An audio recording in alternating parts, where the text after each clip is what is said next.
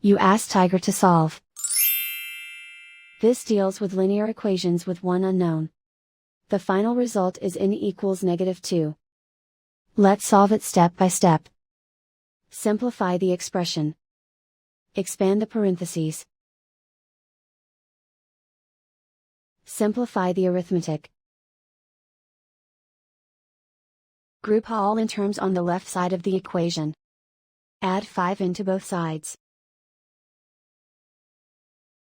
Group like terms. Simplify the arithmetic. Group like terms. Simplify the arithmetic. Group all constants on the right side of the equation. Add 24 to both sides.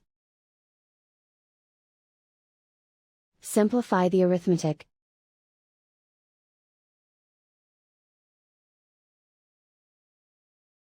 Isolate the n.